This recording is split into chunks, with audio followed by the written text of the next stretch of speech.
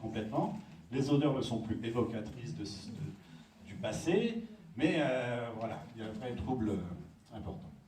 Et puis aussi, l'odorat est très important, on le sait maintenant, dans les relations interpersonnelles. C'est-à-dire qu'à la fois dans nos relations amoureuses ou sexuelles, l'odorat est très important. Dans le rapport entre l'enfant et la mère, au moment de la naissance, il se passe énormément de choses dont l'information, le petit bébé, le petit nouveau-né, il est aveugle, il ne voit rien du tout. Donc il a une connaissance du monde, en fait, et du monde et de sa mère en particulier, uniquement à travers son odorat. Et on sait maintenant c'est pas complètement établi scientifiquement parlant, mais on sait maintenant qu'on est capable, sur la base de l'information olfactive, d'estimer l'état émotionnel de quelqu'un qui est en face de vous. Alors on le sait par exemple parce qu'il y a des études qui ont été faites sur les situations de stress.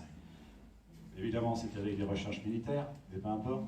C'est-à-dire que quand on est en stress, en fait, on a tendance à émettre un certain nombre de molécules odorantes, à notre insu, et c'est perçu, en fait, par les gens qui sont autour de vous, pas toujours consciemment, perçu et pas bien, mais c'est reçu par les gens qui sont autour de vous, comme des signaux de stress. Et même si vous n'en avez pas conscience, en fait, votre système nerveux, votre cerveau le détecte ça, et en fait, il adapte son comportement, c'est-à-dire qu'il y a des variations de certaines hormones associées au stress qui peuvent se produire chez vous. Donc les pouvoirs de l'odorat, et encore je passe, il y a énormément de choses qui sont là, qui sont cachées derrière tout ça, je ne vais pas trop vous en parler, mais... donc le fait de perdre l'odorat, ça peut aussi entraîner des problèmes de troubles relationnels, voire d'une coupure sociale, comme vous disait un petit peu Bernard tout à l'heure.